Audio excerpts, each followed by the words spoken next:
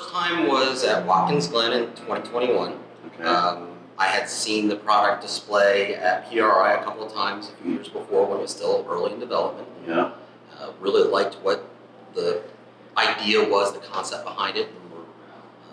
Myself and my partner John Colessa were on board from go, basically, so thinking we could really implement this with our American Endurance Racing Series. And when I finally got my hands on it in 2021, it was a nicely fleshed out product that was intuitive and didn't need a huge learning curve. Lots of nice features. So, and we were. Thank you. That's what we were looking for. It doesn't need a large learning curve. Yeah.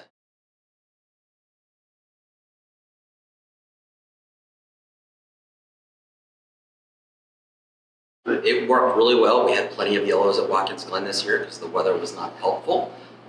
But it was like the communication between the race steward from the track, from flaggers on track to us, allowed us to set full course yellows at will and clear them, very easily. Communicated with the drivers all around the track. There was no lag as far as that communication or reaching those drivers anywhere they were on the track. And anybody that knows Watkins Glen knows there's hills and valleys and long distance to cover from the tower to there. It worked great.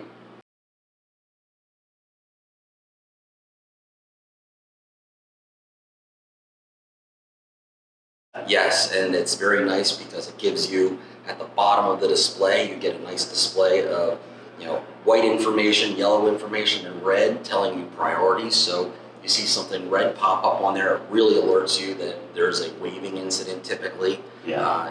And being prepared to go full course yellow, getting the wheels in motion as far as what I need to do is preparing to find out who the lead car is, who the pace car is picking up, and coordinating that with our race director.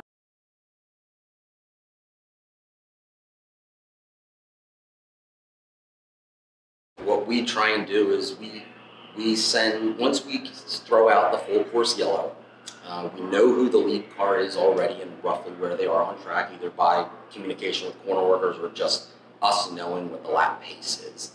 And we then send the leader a message directly to that car, and it that says leader, and it displays leader on their flagger and car unit. They are then able to slow down enough to create a gap that we can slot the pace car into quickly and safely. We can still pick up any car on track if we need to, if there's a really serious incident, but we haven't really had that occasion often in our series. Yeah. So then we can then tell the leader, if that car pulls into the pits for some reason, we can then find out who the next leader is and send them a message letting them know that they're now the leader. And you're using it to communicate with the pace car too sometimes, aren't you? Yeah, we let them know that they need to point 3 cars. If at a track like here, we're at VIR today, and our radios, even though they're great Motorola radios, don't really communicate all the way out at Oak Tree very well. And so we can send a message to the pace car, say 3 points, and he'll know. And he knows to point by 3 cars. Yes. That's cool.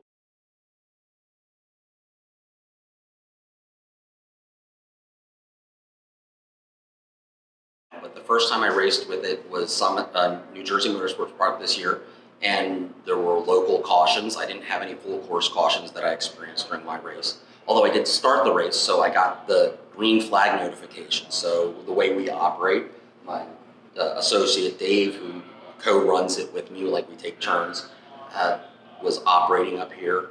We have full course yellow for the first 2 laps of the race while we circulate, check the transponders and such. And then as we're getting ready to go green, the safety car lights go out. So we clear all the double yellow flags from the entire track, and the units displays go from showing double yellow to a blank screen.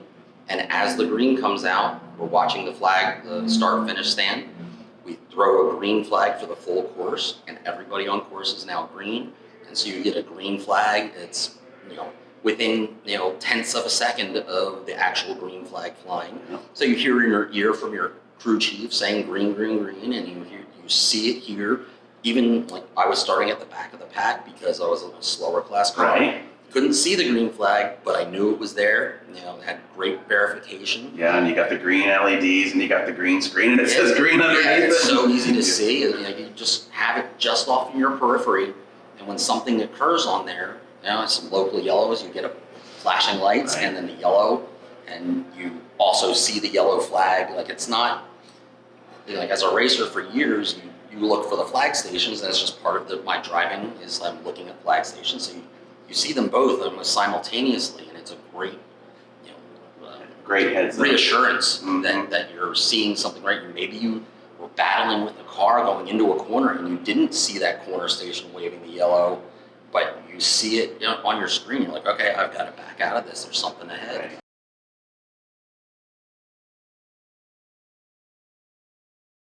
If there's not a corner worker at a station, and we know that, we can set those flags locally from the tower here using the computer interface and clear them as needed. We can throw a debris flag. At Summit Point, we had occasion on multiple occasions to throw a wildlife flag. Oh, yeah, the so wildlife. on the front straightaway, there's a gopher that loves. Can't remember his name right now. He loves That- speed. He's a real fan He'll of hang racing. out there, and so like we would, when he was getting close to the track, we would throw the wildlife flag. It looks like a debris with a bird on it, I think. And I so, think it's a deer. a deer. It's okay. it's okay. a debris flag with a deer. Deer, Yeah, but it lets the people Drivers know, hey, know. look around. Yeah, because there's no flag that the start finish guy there is throwing. Like, he's not going to throw a debris flag for that, because that would be weird. Yeah. So like, we can at least alert drivers in that vicinity. No, and it's not showing across the whole track. It's only Right. showing locally. So we have the ability to on the logbook of all the flags that are thrown. If there's a local flag for waving yellow, we can click on that log and add a note saying car 62 collided with car 81, and it gives us a timestamp, a corner location, and it's built into the logs. Built right there. It's almost like what the track steward from the safe that's communicating with the human flaggers are writing down and logging in their stuff, so that we can then coordinate what happened where and when.